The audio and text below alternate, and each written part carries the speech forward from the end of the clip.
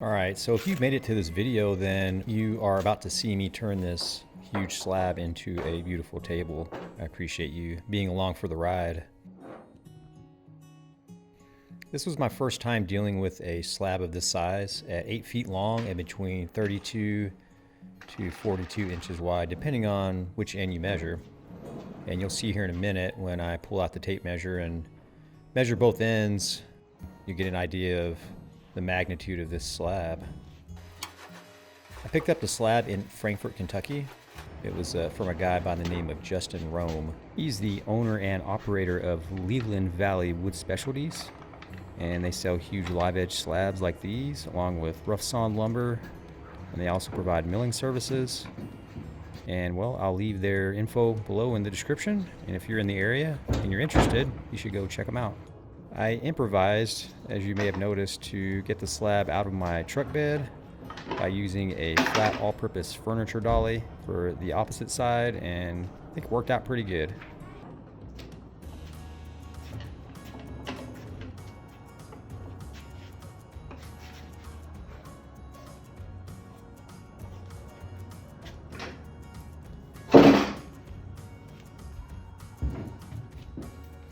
I mentioned earlier about how wide this slab is, and we had one end that was just under 32 inches, as you can see here on the tape measure. Then I jumped over to the other end, which is just about 42 inches. Those numbers don't matter much because I'd be making this into a perfect rectangle, but just kind of give you an idea of how large this thing was. Now, the first big task was to epoxy in the cracks, and so there's some pretty severe cracks in this, very thick ones, and they were all the way through. So I had to do a lot of taping and, sealing off one side of the slab and then mixing the epoxy with a charcoal pigment. And so I did that off camera just because it's a little bit of a tedious process. And so I did completely fill all the cracks with the black epoxy. And then on to flattening the slab. I knew in order to flatten this slab, I would need to build a larger work table to support the entire 8 feet. And so I threw one together in a couple days and adjusted it to have a completely flat surface, since I would be attaching my router sled directly to the table, along with a roughly 2-inch block to raise the track up. My router sled setup was not long enough for the entire slab, so I had to improvise a little. I started by shifting the slab slightly off the edges of the workbench, since my sled track was in the middle, but I noticed that I was getting mixed results even with the shims under my slab, so I decided to slide the track up and down the table instead of the slab and keep the slab stationary and in place, and that's when I started to get excellent results. So I routed until the first side was flat, and let me tell you, the first side was a very tedious process, lots of dust and shavings throughout the shop. Then I flipped it over and took care of the other side.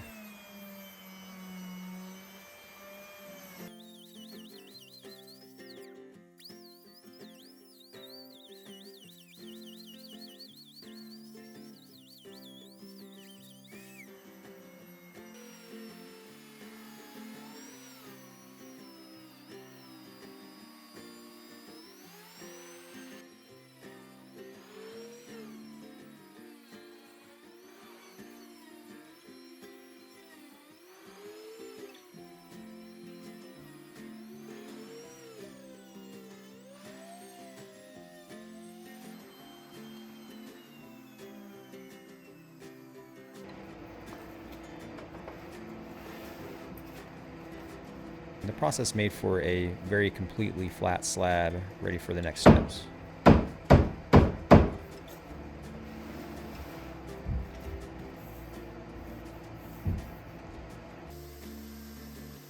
I was making this table for my friend Tammy, and she wanted a complete rectangular table rather than the exposed live edge. So I grabbed my track saw and ripped the edges off.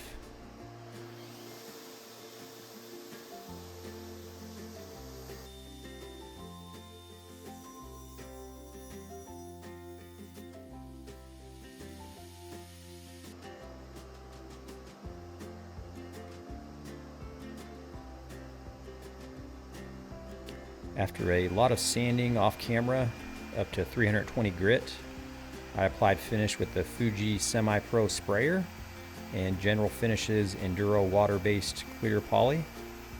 I initially applied 5 coats, top and bottom, and later applied 2 more after the hardware was installed.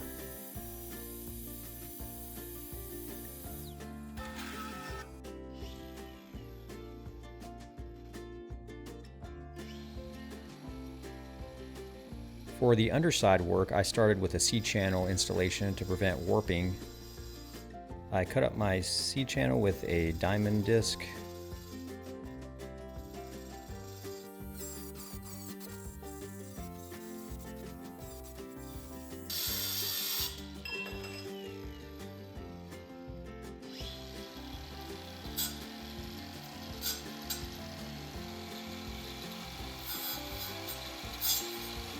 I routed out a dado across the width of the table.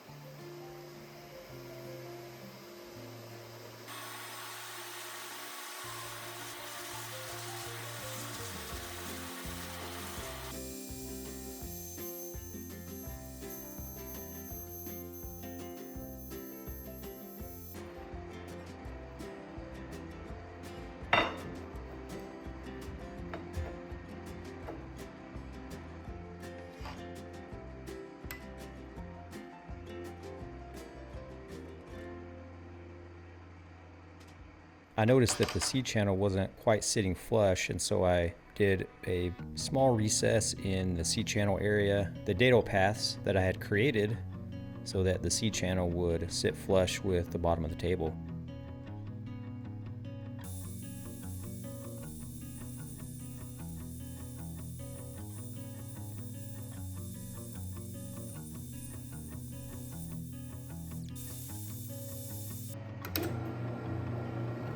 I got the holes drilled for the C-channel.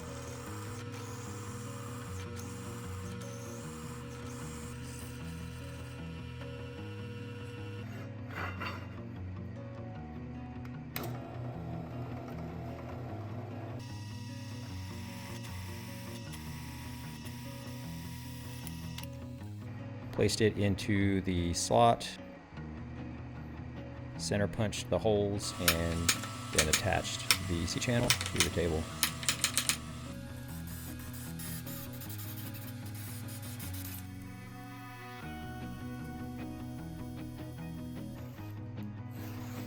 When it came time to install the black metal legs, I chose to maintain an accurate placement by applying blue painter's tape so that I would be able to mark my lines. With the poly applied, it's harder to mark lines, and this tape trick was excellent in assisting in marking those holes and where I would need to drill to add my inserts.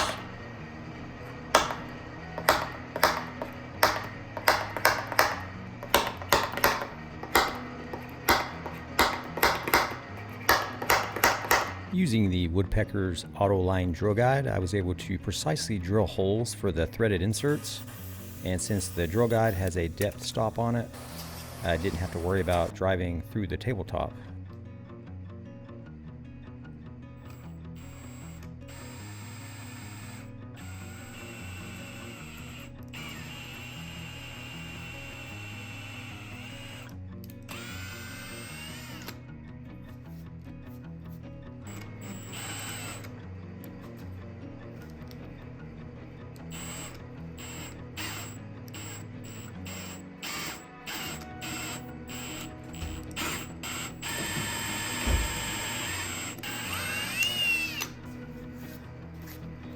Once again, the tape trick also prevented any tear out in my drilled holes.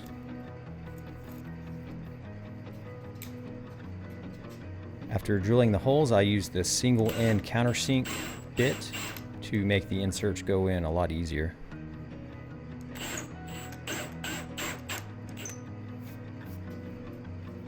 These little threaded inserts are such a nice way to attach legs to a table. So I just went ahead and installed those with the Allen wrench. Sometimes you have to go in a little ways and then back it out a little bit, and then just keep at it until you get them all the way in. Those installed nicely at this point.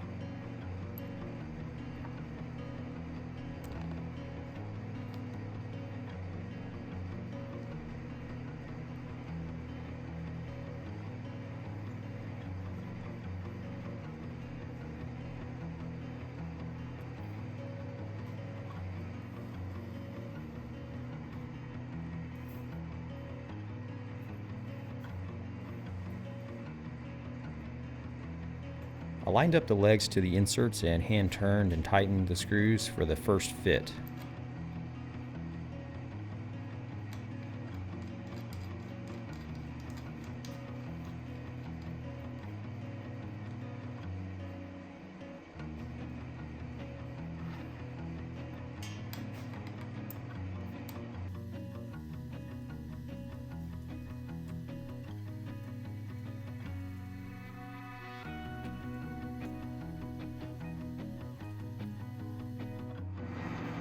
As I mentioned earlier, I applied a few more coats of poly and reinstalled the legs, and I was basically done.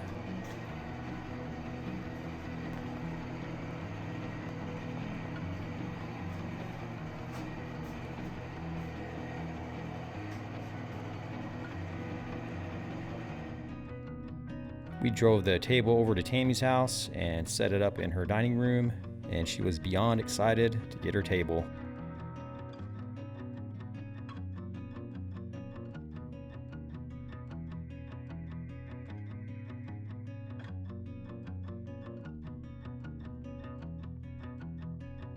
If you're interested in a similar type table, then definitely check us out. Go check out our website, and we can custom build all types of different table designs, and we appreciate you sticking around to watch the video. If you liked the modern slab table that I built, go on and hit the like button and leave a comment below about what you thought about the project or any questions you might have had during the process. For those that are new to the channel, go on and get subscribed. And for those that have been followers for a while now and that have been subscribers to the channel for a while now. First of all, you may have noticed that I changed the name of the channel, and there's a reason for that, and I felt like the existing name did not have as much meaning behind it, and it didn't really describe my vision. I'll be putting out a new intro video to the channel soon that will describe why I changed the name and the vision for my channel and for my brand. And so definitely put on your notifications so you're gonna know when I post that video so that you can stay informed about my ideas and my vision for 2022. I've also come up with some new designs aside from what I've already built that you've seen on the channel. I've come up with some new designs that will help to make your shop work more efficient and have some awesome projects coming up for 2022. So with that said, remember to go shape some wood, and we'll see you again next time.